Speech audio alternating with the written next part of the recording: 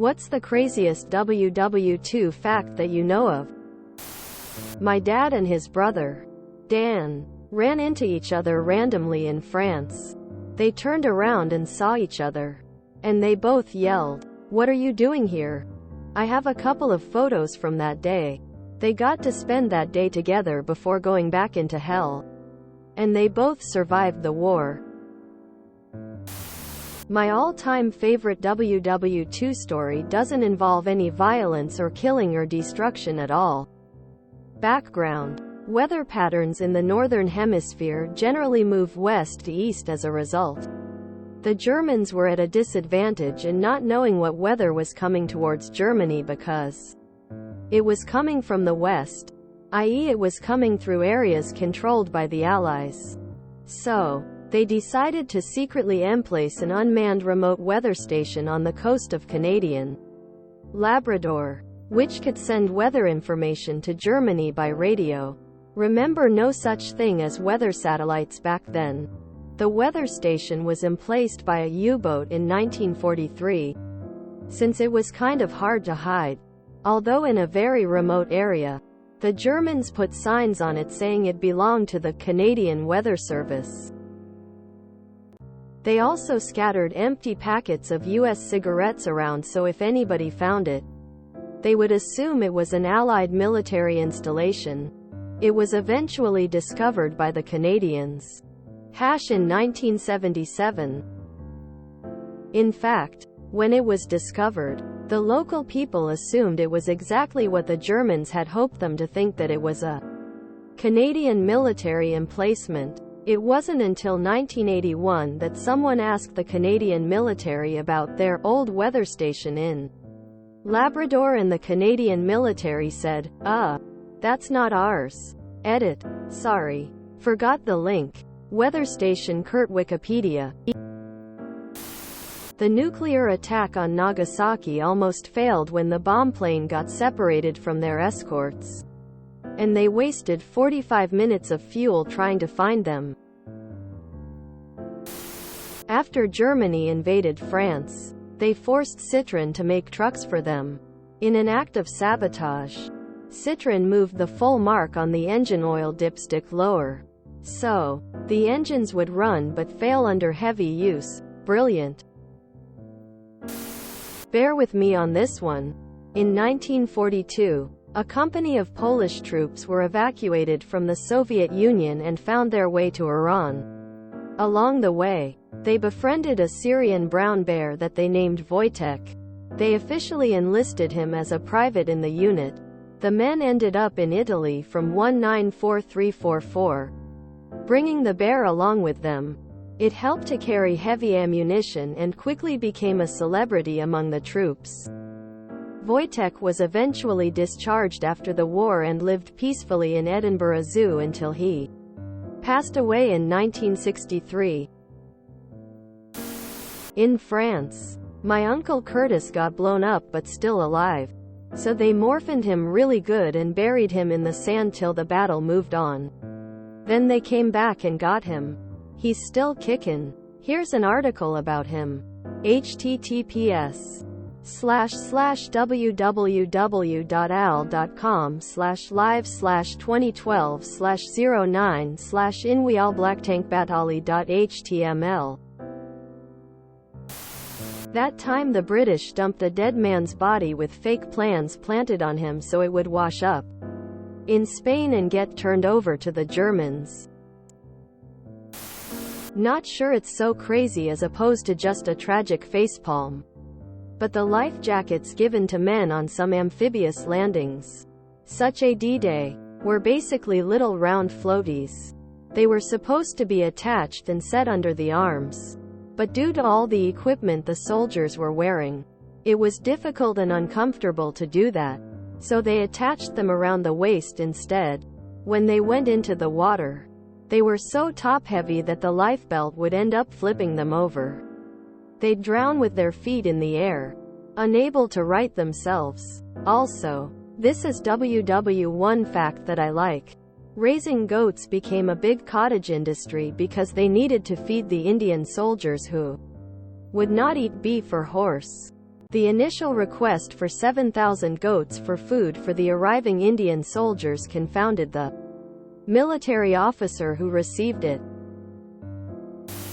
During the war, Canada built more military trucks than the major Axis powers, Germany, Japan, Italy, combined. Source: a French-Canadian soldier named Leo Major was so pissed off at the Germans for killing one of his friends he single-handedly rounded up 93 Germans and liberated a Dutch town. The atomic bomb was the second most expensive project of World War II. The most expensive project of World War II was the B-29 bomber, used to drop the atomic bomb. That Hitler only joined the Nazi Party because the German army sent him to a meeting to basically spy on them. Someone was giving a speech suggesting Bavaria should leave Germany and join Austria. Hitler was enraged by this and went on a rant about why that was a bad idea. The other members were impressed and recruited him to join the party, and the rest is history. Something like a tenth of the Russian population died.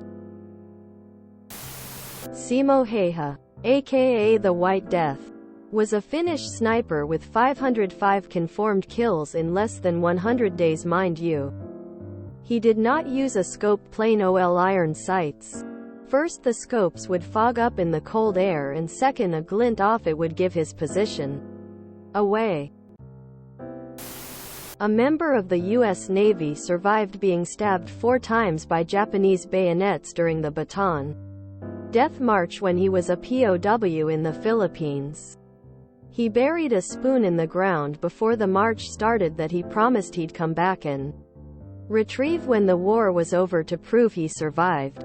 In 1946, he returned to the Philippines and dug up the spoon to bring home. That man was my great-uncle, and my family still has that spoon 82 years later. Not the most crazy World War II fact, but it's one that's personal to my family. I think the construction of the Alaska Highway is underrated and less known than it should be. The U.S. connected mainland U.S. to Alaska via northern Canada by building 2,000 kilometers of road through previously wild land. Camps of engineers and laborers built this 2,000 kilometers of highway through the Yukon in just about 8 months. That is an insane pace.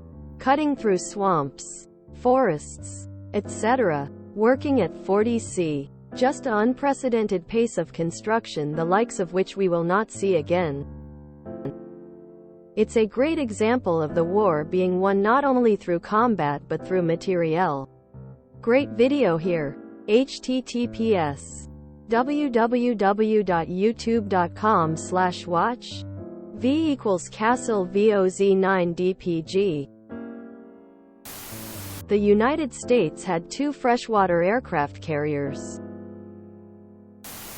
German and American soldiers fought alongside French prisoners against the SS during the last days of the war. The Battle of Kassel-Itter. Edit. If I had a nickel for every time the Wehrmacht and the Americans teamed up against the SS during WW2, I'd have 2 nickels. Which isn't a lot, but it's weird that it happened twice. That the American superweapon to end the war could have used bats with incendiary bombs glued to them. Lytle S. Adams was a dental surgeon from Pennsylvania who had become fascinated by bats on a trip to Carlsbad Caverns in New Mexico in 1942.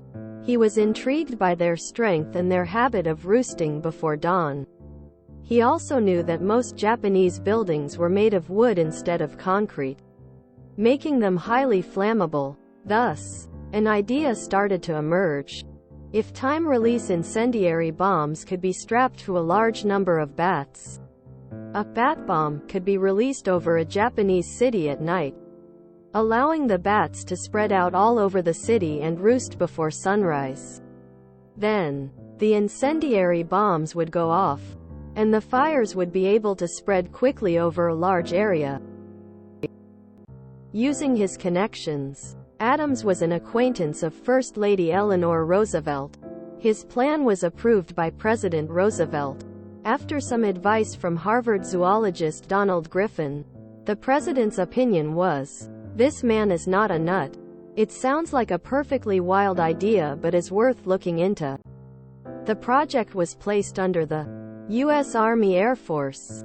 Originally, the incendiary bombs would have been made with white phosphorus, but the design changed to use a new flammable invention, napalm. Mexican free-tailed bats were harvested from the wild with permission from the National Park Service, and the tiny bombs were attached to the bats with an adhesive. Testing did not go well at first. In 1943, armed bats were accidentally released onto the Carlsbad Army Airfield Auxiliary Air Base. The bats roosted under a fuel tank and incinerated the test range. The project was relegated to the U.S. Navy in August 1943, who renamed it Project X-Ray, and then passed it on to the U.S. Marines that December. The definitive test of the weapon happened at the Dugway Proving Ground in Utah, where a mock-up of a Japanese village was burned to test its effectiveness. Results were optimistic, an observer commenting that the bat-powered delivery system was more effective than conventional napalm bombs. To quote the report, expressed in another way, the regular bombs would give probably 167 to 400 fires per bomb load, where X-ray would give 3,625 to 4,748 fires. The project was cancelled when it was revealed that the weapon wouldn't be truly ready until mid-1945. In a search for a quick end to the war, attention focused on the atomic bomb project, which was showing quicker results. They tried to make an aircraft carrier made of ice. If you enjoyed this video, please check out our playlists full of similar content. Epic Ericast is like doom scrolling for your ears. Please like, share, and subscribe.